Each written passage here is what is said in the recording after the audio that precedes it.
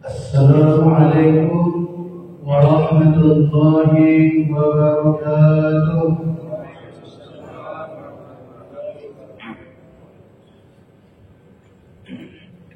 Innal hamdalillahi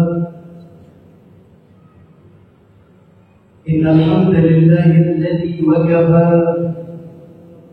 wa salamun ala ibadihi alladhina istafa. ونشهد أن لا إله إلا الله وحده لا شريك له ونشهد أن محمدا عبده ورسوله الوفاء فقد قال الله تعالى في كتابه العزيز وهو أصدق القائلين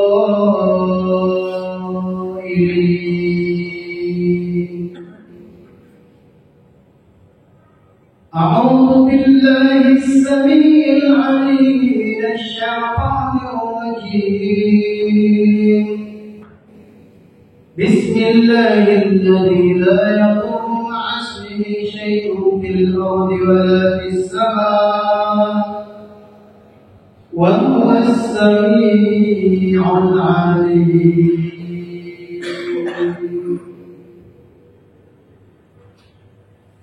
يا أيها الذين آمنوا من يرتد منكم عن دينه فسوف يأتي الله بقوم يحبهم ويحبونه أذلة على المؤمنين أعزة على الكافرين يجاهدون في سبيل الله ولا يخافون لومة لائم ذلك فضل الله يعطيه من يشاء والله واسع عليم.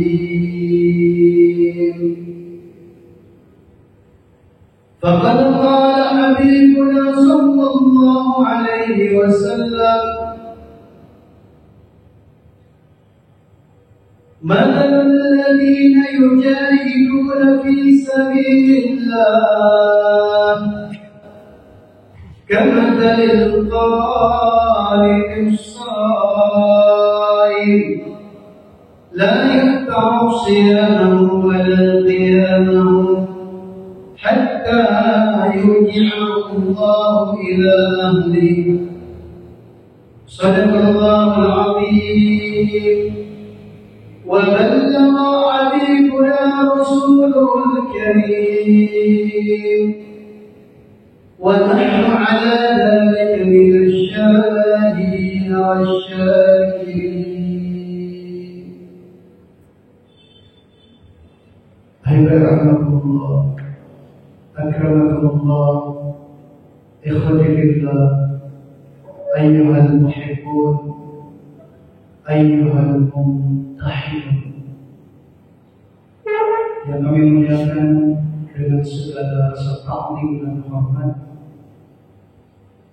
pribadi orang tua kita yang namanya orang tua bukan hanya yang sekedar melahirkan saja, itu dikatakan orang tua secara nasab. Orang tua kita dalam instansi kita, Bapak Kepala Kepolisian Resort Kota Palopo, semoga senantiasa bisa menjadi pencerah dengan berbagai motivasi dan inovasi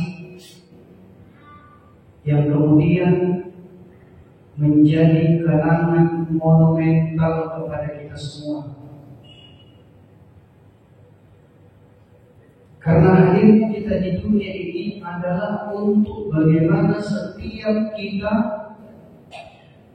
berusaha dan berupaya kelak nanti ketika kita terbaring di alam barzakh ada kenangan yang juga menjadi jariah, pahalanya terus menerus mengalir meskipun kita telah berada di alam barzakh.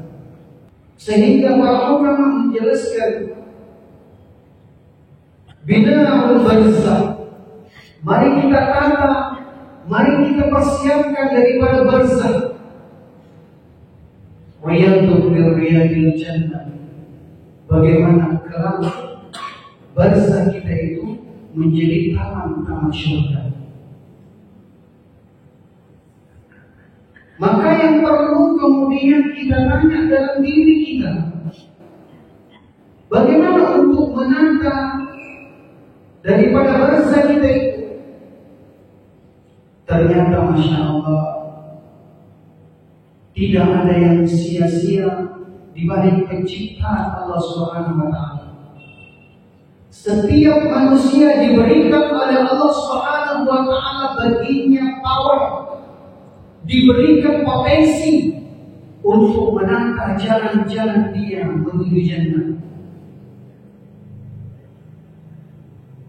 Maka pada saat matanya terbuka dalam kehidupannya, pada saat jantungnya berdetak, dia akan menengok ke dalam kehidupannya, apa yang akan saya persembahkan untuk agama. Sehingga yang dimuliakan Allah Subhanahu wa Ta'ala, setiap manusia yang telah diberikan potensi oleh Allah Subhanahu wa Ta'ala, ketika kita gunakan itu semaksimal mungkin, yakin dan percaya jalan-jalan menuju jannah adalah sesuatu yang pasti, bahkan merindukan kita semua. Setiap saat hanya tidak terdengar oleh kita. Pada zaman Rasul bersama Sayyidina Utsman radhiyallahu ta'ala, beliau sallallahu alaihi wasallam menjelaskan bagaimana bumi merindukan, memanggil-manggil, menyebut nama orang-orang yang mana mereka menjadi maslahat di tengah-tengah umat. Datanglah engkau ke sini, aku akan memberikan pelayanan yang terbaik kepadamu. Maka yang dimuliakan Allah Subhanahu wa Ta'ala, potensi yang ada pada diri kita ini kemudian bagaimana kita jadikan sebagai jalan untuk kemudian juga menggairahkan orang-orang di sekitar kita.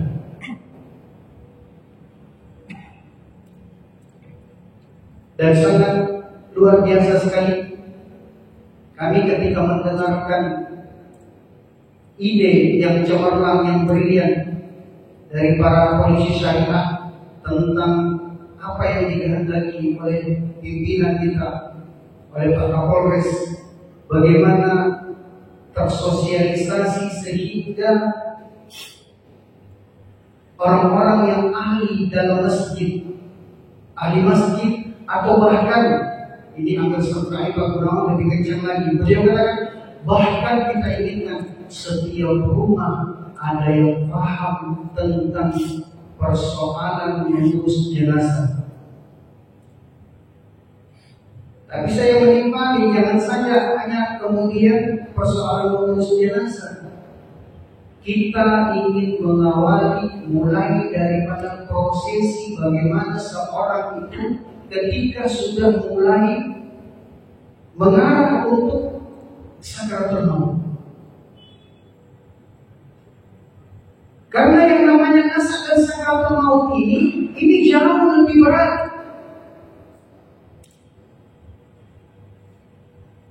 Sehingga kalau kita paham bagaimana cara mentalkinkan seseorang yang sedang sakaratul maut, apa yang mesti kita buat ketika dia dalam keadaan sakit,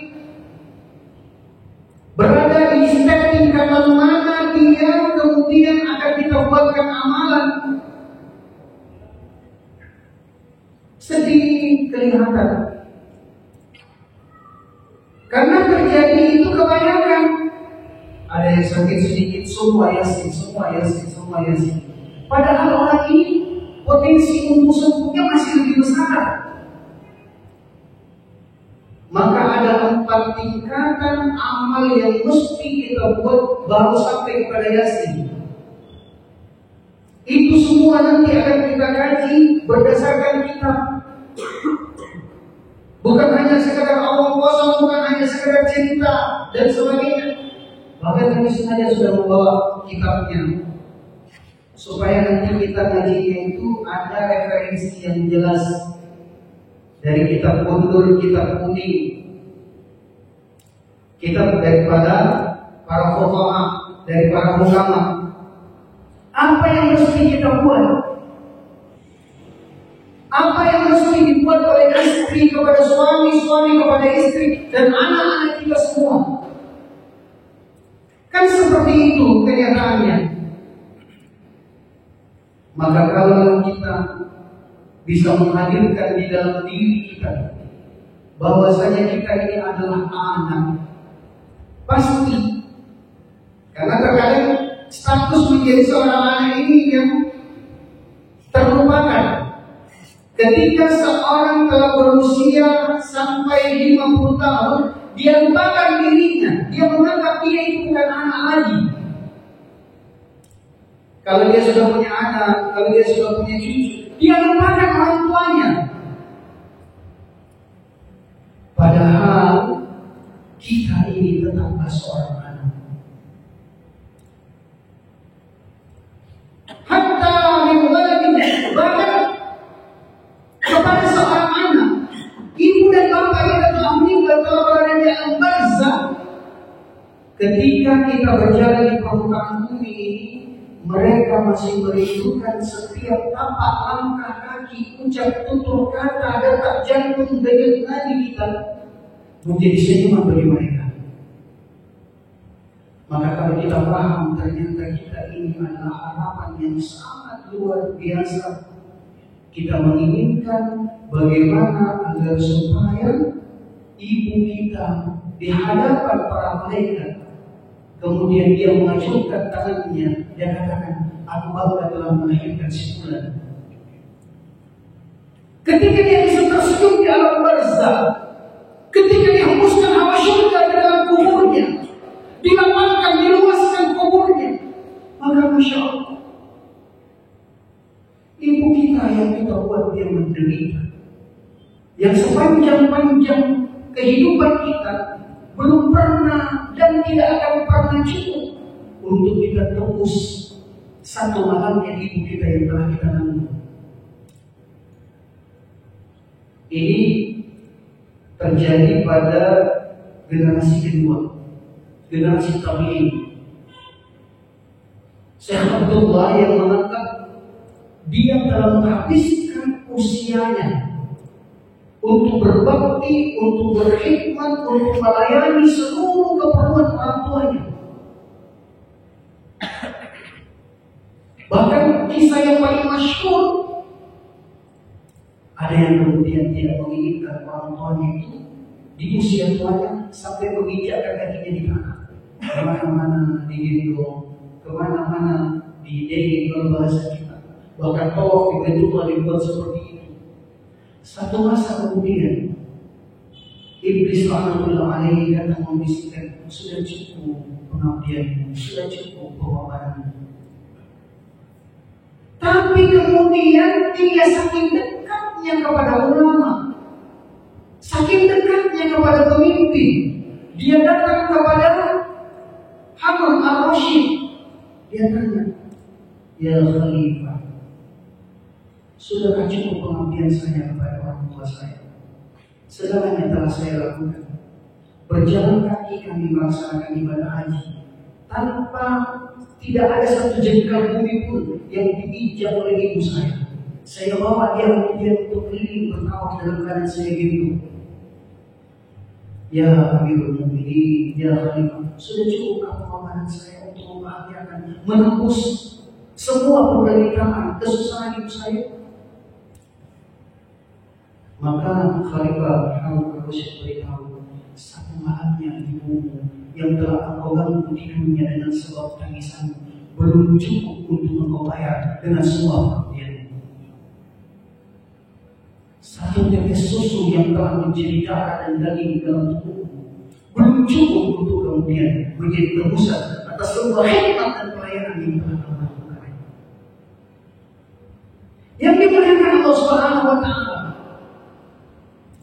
Kalau kita sadari demikian, bahwasanya kita ini adalah seorang anak, dan kita kemudian menunaikan haknya orang tua kita, ibu dan bapak kita, berapapun usia kita hari ini, anak umur 70 tahun tidak masih ada di rumah kita.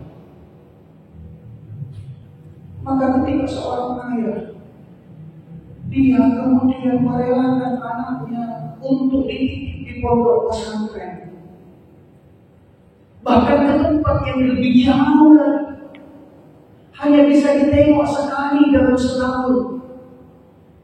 Sebagai manusia biasa, manusiawi itu pasti ada. Tetapi kemudian kita pun juga membuatkan amalan kepada anak kita sehingga dia telah merelakan untuk mewakafkan dirinya, mengorbankan semua keindahan-keindahan hidupnya, karena dia yakin setiap ayat yang dibaca oleh anak kita dalam kerinduan yang terpisah jauh dari orang tuanya akan menjadi sebab Allah hembuskan hawa syurga ke dalam kuburan ibu dan bapak kita. Ternyata disinilah nilai kerinduan yang begitu dalam, yang dimuliakan Allah Subhanahu wa Ta'ala. Ilmu kita bisa menguatkan dirinya dalam segala penderitaan. Dia bisa menahan itu, tetapi perlahan satu demi satu pun juga kadang-kadang penderitaan itu bisa dilewati, ujian itu bisa dilewati. Jujur kalau kita mengatakan, hari pertama ketika mendengarkan kabar berita bahwasanya kita telah berada di dalam rahimnya ibu kita, saat itu dia sudah tidak nyaman. Segala gerakannya kemudian harus terbatas. Terlebih lagi kalau kita kemudian semakin berat dalam kandungan, di bawah 9 bulan 10 hari, tidak usah benda yang beratnya 3 kilogram, 1 biji kelapa dan sebagainya, tidak usah. Coba kalau kita apel, 1 ekor semut saja yang dia itu berjalan-jalan di dalam bajunya kita, merasa sangat terganggu kita, merasa sangat luar biasa seperti apa dan sebagainya. Ini di luar pakaian kita, ini 1 ekor semut. Bagaimana kalau di dalam tubuh kita yang beratnya dia ini sampai 3 kilogram, yang bahkan dalam keadaan tidur menjadikan dia tidak kenyang, yang bahkan dalam keadaan makan menjadikan dia tidak selesai. Yang dimuliakan Allah Subhanahu wa Ta'ala, tidak ada keluhan, tidak ada keluhan yang terlontar dari lisan ibu kita kecuali air mata saja. Air mata itu diharapkan menjadi penawar atas segala penderitaan, atas penawar atas segala kesusahan yang dialaminya, sampai masa dia harus bertaruh nyawa antara mati dan hidup. Guru Gaya menjelaskan matinya itu didulukan. Kenapa? Kemungkinan besar mati itu jauh lebih besar ketimbang hidupnya ketika orang melahirkan. Yang dimuliakan Allah Subhanahu wa Ta'ala. Bahkan ibu kita saat itu ketika akan diberikan pilihan, mana yang engkau pilih? Apakah engkau kemudian menunggu kematian sementara anakmu selamat hidup? Yakin dan percaya, ibu kita tidak akan memilih. Kalau begitu dia bisa yang mati. Yang penting, si cantik, si tampan ini, dia bisa menatap dunia. Tidak ada yang kemudian berani mengatakan bahwasanya melahirkan itu mudah, ringan, nyaman, tidak. Tapi apa yang terjadi? Tangisan kita, tangisan seorang bayi ketika dia terlahir, ternyata itu sudah bisa cukup untuk menjadi obat atas penderitaan dohiriah yang dirasakan oleh ibu kita. Belum lagi kemudian kita ganggu tidurnya di malam hari dengan tangisan kita. Kita harus kemudian senantiasa dibelai, dimanja dan sebagainya. Tumbuh kanak-kanak bikin susah lagi. Remaja kemudian mulai melawan. Dewasa kemudian mencaci maki. Akhirnya kemudian berkeluarga, meninggalkan jauh. Yang dimuliakan Allah Subhanahu wa taala. Semua penderitaan dari A sampai Z bisa dipendam ibu kita, dan diharapkan air mata itu menjadi penyejuk atas semua penderitaan, kecuali satu yang tidak bisa kemudian ditahan oleh ibu kita. La tughlikum maya bisawqiha. Ternyata hanya ada satu yang ibu kita tidak kuat untuk menjalaninya, yaitu rindu. Itu saja. Kalau berat dalam mengandung, berat dalam melahirkan, susah, menderita dan sebagainya, semua bisa dijalani. Tapi satu yang tidak bisa dilewati oleh ibu kita. Lalu maka jangan aku siksa ibu, kata Muhammad. Jangan aku aniaya ibumu bisawqiha, dengan kerinduannya. Boleh kita tengok ke dalam hati kita dialog, berbicara, berbahasa dengan diri kita sendiri. Ketika kita sekolah jauh, atau ketika kita telah sibuk dengan keindahan kita, kebahagiaan kita yang baru, keluarga kita yang baru, harus berpisah dengan mereka, ibu dan bapak kita. Yang paling banyak telepon adalah ibu kita. Hampir setiap pagi dan petang dia telepon kita. Tapi apa yang terjadi? Dasar kita tidak tahu kemudian nilai sebuah cinta yang harus diabadikan. Ibu kita terkadang telepon, ya, bertanya tentang keadaan kita, bagaimana kabar, ya, di mana kita sebagainya, sehat-sehat gigi anak. Yang dimuliakan Allah Subhanahu wa taala, boleh kita tanya dalam diri kita. Ketika ibu kita telepon, tidak sedikit anak kemudian dia reject, dia tutup itu teleponnya, dia tolak panggilan ibunya. Mungkin itu pernah terjadi pada diri kita.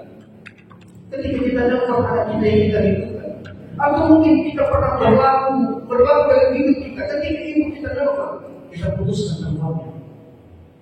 Atau bahkan kita angkat teleponnya, seraya kemudian kita gertak dia, aduh ibu aku kasih pusing kayak ini. Seolah-olah tak ada masa bagi kita untuk kemudian bisa meleburkan daripada kerinduannya.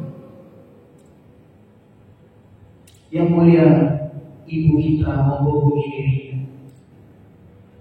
Ibu kita tidak mau mengganggu kebahagiaan anaknya dengan rumah tangganya yang baru, dengan kebahagiaannya yang baru. Ibu kita tak mau mengganggu studi sekolahnya anaknya, kuliahnya anaknya. Ibu banyak sekali tugas ini, dan sebagainya, itu malu dulu. Sekiranya ibu kita mau jujur, ketika dia angkat telepon, ketika kita angkat telepon, ibu kita tak mau menanyakan tentang keadaan kita. Di sini apa? Baik-baik jika sehat jika. Sekiranya ibu kita mau jujur, bukan itu yang dia mau tanyakan, bukan itu yang dia mau sampaikan. Ibu kita mau beritahu kepada kita,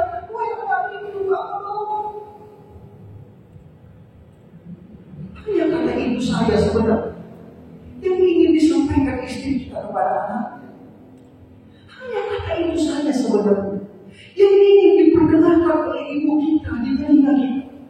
Tapi ibu kita takut jangan sampai kata rindu itu mengganggu studi kita, mengganggu karir kita, mengganggu rumah tangga kita, mengganggu kebahagiaan kita yang baru. Maka ibu kita sembunyikan, dia dustai dirinya.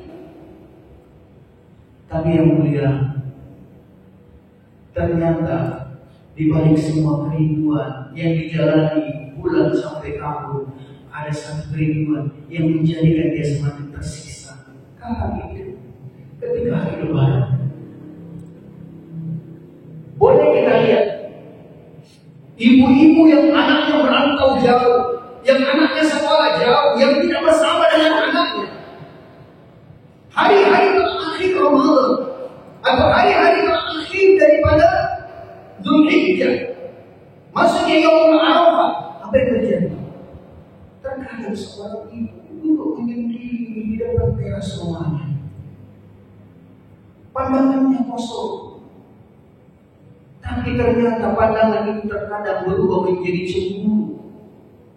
Ketika satu persatu anak tetangga pulang dari liburnya, pulang dari kerjanya, pulang dari rantaunya, ibu kita mulai cemburu. Melihat anak tetangga, melihat mereka berkumpul. Sampai kemudian malam lebaran ini, matahari terbenam, ibu kita masih menunggu dengan harapan yang sangat luar biasa agar maghrib dikumandangkan. Setelah orang sholat kemudian mereka bertakbir. Menangis air mata ibu. Menangis dia, ibu yang saya nantikan, yang saya rindukan tak kunjung datang.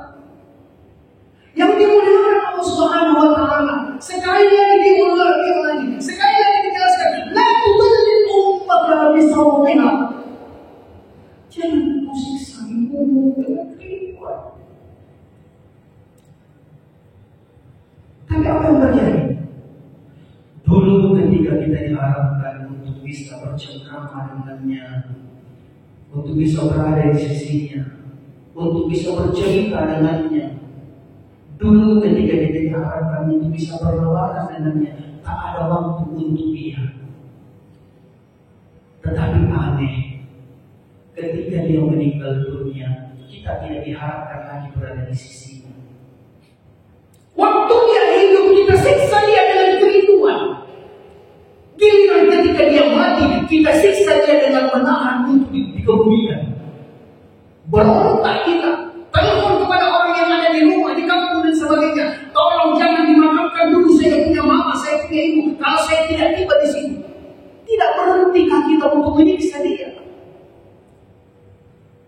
Kalau mengatakan, waktu dia sudah meninggal dunia, bukan kehadiran kita lagi yang diharapkan. Tetapi dia ingin disegerakan untuk kemudian dipertemukan dengan amal-amalnya. Untuk dipersegerakan kemudian dia itu diurus jenazahnya. Karena ketika kita menahan, berarti kita menyiksa dia. Hidupnya kita siksa dengan kerinduan, matinya kita siksa dengan menangguhkan pemakaman. Tuhan namun yang dimuliakan Allah Subhanahu wa Ta'ala. Sangat luar biasa sekali ide, perindah dan harapan kita. Ini adalah anjuran dari Rasul. Beliau Sallallahu Alaihi Wasallam menjelaskan, ketika seorang ini dia membuat urusan seseorang itu menjadi mudah, atau dia menisukan tentang kematian seseorang, insya Allah itu akan menjadi sebab kemudahan bagi kematian dia.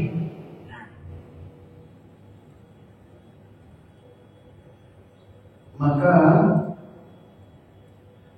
kalau kita mau melihat di antara anak-anaknya ibu kita, ada satu anak yang paling disayang. Jujur Pak, kita semua punya anak. Tidak ada anak kita yang kita beda-bedakan. Tapi kenapa ada anak yang begitu dekat di hati kita, yang begitu pekat di hati kita? Dia adalah anak yang telah menemani kita dalam perjuangan, dalam penderitaan, menemani kita dalam segala suka dan duka, dan itu akan kemudian terpatri di dalam hati kita. Kalau kita sadari diri kita seperti itu, kita adalah anak yang paling disayang, atau kita sadari bahwasanya dia adalah anak kita yang paling disayang, mohon kiranya yang paling disayang jangan berpisah tinggalkan dia. Kalaupun kita harus berpisah, bawa dia di mana kita tinggal. Kenapa? Karena jangankan kita, Rasulullah SAW saja, ketika Khadijah Kubra radhiyallahu ta'ala ingin meninggal dunia, maka ini hebatnya Fatimah sebagai Qurratul sebagai penyejuk mata, beliau menyaksikan prosesi kematiannya Khadijah. Beliau menyaksikan prosesi kematiannya, kewafatannya Rasulullah. Dan ternyata bahkan kepada kekasih Allah, hadirnya sang buah hati, hadirnya penyejuk pandangan mata kita akan menjadi sebab mudahnya kita dalam nasa dan sakaratul maut. Yang dimuliakan Allah Subhanahu wa taala, ternyata bukan cuma Rasul. Sejak Nabi Ibrahim ini sudah kemudian dijadikan sebagai doa yang disampaikan kepada Allah. Kita ini cuma karena percikannya saja, tapi percikannya itu ternyata sangat luar biasa. Nabiullah Ibrahim alaihi wasallam dia doa kepada Allah Subhanahu wa taala, Rabbana hab lana min azwajina wa dhurriyyatina qurrata a'yun waj'alna lil muttaqina imama. Rabbana ya Tuhan kami, hab lana, hadirkanlah dalam dekapan kami, sambungkanlah dalam nasab keturunan kami, min azwajina, dari orang yang akan setia mendampingi hidup kami, suami bagi istri, istri bagi suami. Bersatunya hati antara suami dan istri ini akan menjadikan dia adalah teman kita menuju jannah. Jadikan dia sebagai teman kita untuk bergandengan tangan sampai di jannah. Dan bukti bahwasanya benar kita sayang dan cinta kepada istri kita adalah yang pertama, kalau istri kita sakit, pagi itu berubah keadaan situasinya, panas tubuhnya kemudian sudah mulai berubah, tak lagi mampu bisa makan dan sebagainya. Suami yang dalam cintanya kepada istrinya yakin dan percaya, yang pertama kali pahit rasa liurnya itu adalah suaminya kalau istrinya sakit. Begitupun sebaliknya, kalau kita suaminya sakit, istri kita yang pertama kali akan kehilangan selera makannya. Berarti mereka adalah teman kita sampai di sini. Waktu keyakinan yang lebih dekat lagi ini adalah anak keturunan kita. Karena pada saat kita sakaratul maut, pada saat ibu bapak kita sakaratul maut dulu, dan nanti kalau kita juga sakaratul maut, qurrata a'yun, ini selalu saja terngiang-ngiang. Ya Allah, kita cari mana suara anakku. Ya Allah, mana tangan-tangan kecil anakku yang dulu ketika bayi aku gendong dia cakap mukaku. Mana tangan-tangan kecil anakku yang dulu ketika bayi aku gendong dia jambar rambutku. Pasti kita cari, Pak. Ibu kita juga dulu pernah cari. Yang dia cari adalah qurratul uyun. Ya Allah, adakah tangan itu kali ini menjadi tangan anak yang soleh dan soleha? Adakah hari ini tangan itu bisa datang untuk mengusap kepala aku, memulai rambutku? Itu yang akan meringankan kita dalam sakaratul maut. Maka kalau kita doa, bayangkan tangan-tangan kecil anak kita datang mengusap kepala kita, memulai rambut kita. Qurratul uyun yang dimaksudkan adalah pasti kita cari. Ibu kita dulu pernah cari, nanti juga kita cari. Mana suara anakku yang dulu sering mengganggu tidurku di malam hari dengan tangisannya? Mana suara anakku yang memecahkan suasana rumah ini dengan teriakan-teriakannya? Qurratul uyun, adakah kemudian suara itu hari ini ketika kita sakaratul maut telah menjadi suara anak yang soleh dan soleha, didekatkan di telingaku, ditamkinkannya aku dengan La ilaha illallah wallahi demi Allah. Inilah yang akan menjadi kebanggaan ini. Ibu kita kemudian dia akan berani berkata, saya bangga telah melahirkan kamu. Bapak kita dia akan berani berkata, saya melupakan semua penderitaan kulit yang terbakar matahari, kesusahan pundak yang mengeras. Saya bangga kemudian telah membesarkan kamu. Yang dimuliakan Allah Subhanahu wa taala, mari sama-sama kita muhasabahnya dalam diri kita. Kalau ibu bapak kita meninggal dunia, sudah meninggal dunia, di mana kita dulu ketika dia mencari-cari kita? Sekarang kita lagi kemudian tanya dalam diri kita, di mana kelak nanti anak-anak kita ketika kita mencari-cari kita? Maka yang dimuliakan Allah Subhanahu wa taala, Rasul sallallahu alaihi wasallam menjelaskan, "Man nafasa al-mu'minin qurbatan min qurbil dunya, nafasa Allahu anhu qurbatan min qurbil akhirah." Ide yang disampaikan oleh Pak Kapolres bukan ide biasa.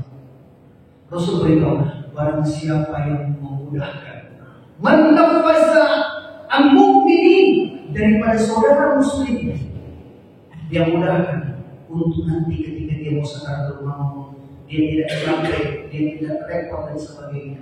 Semua ada di sisinya, di sekitarnya, sehingga terbebas dia daripada kesusahan-kesusahan itu. Maka Rasulullah SAW beritahu, nafasahullahu anhu, Allah akan jadikan orang tersebut dibebaskan oleh Allah SWT, qurbatan min qurbil akhirah, dibebaskan dari semua kesusahan, dari semua penderitaan dan sebagainya.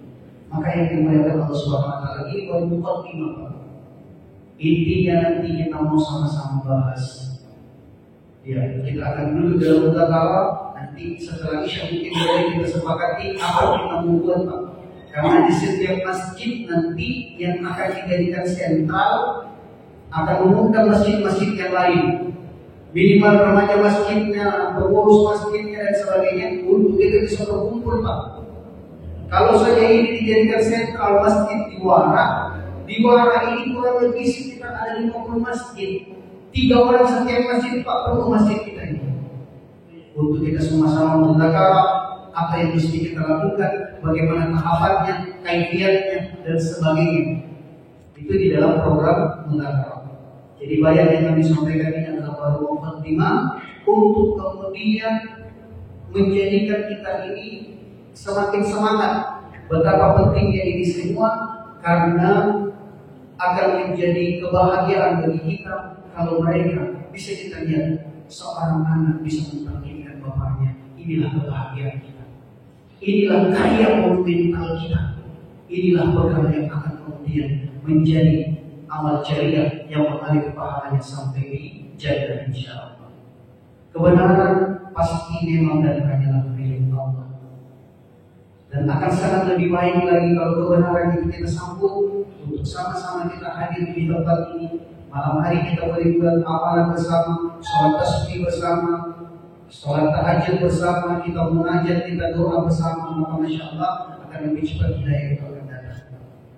Dan untuk masa berapa masa kita di pusat masjid itu dikondisikan, disesuaikan dengan hal ihwal keadaan lingkungan dan sebagainya. Banyaknya orang yang belum dijumpai ataupun juga belum sempat bisa menghadirkan sebagian besar daripada perwakilan dari setiap masjid. Alhamdulillah fala takunanna minal mumtarin. Subhanakallahumma wa bihamdika nashhadu an la ilaha illa anta nastaghfiruka wa natubu ilaik. Subhana rabbika rabbil izzati amma yasifun wa salamun 'alal mursalin walhamdulillahi rabbil alamin. Wassalamu alaikum warahmatullahi wabarakatuh.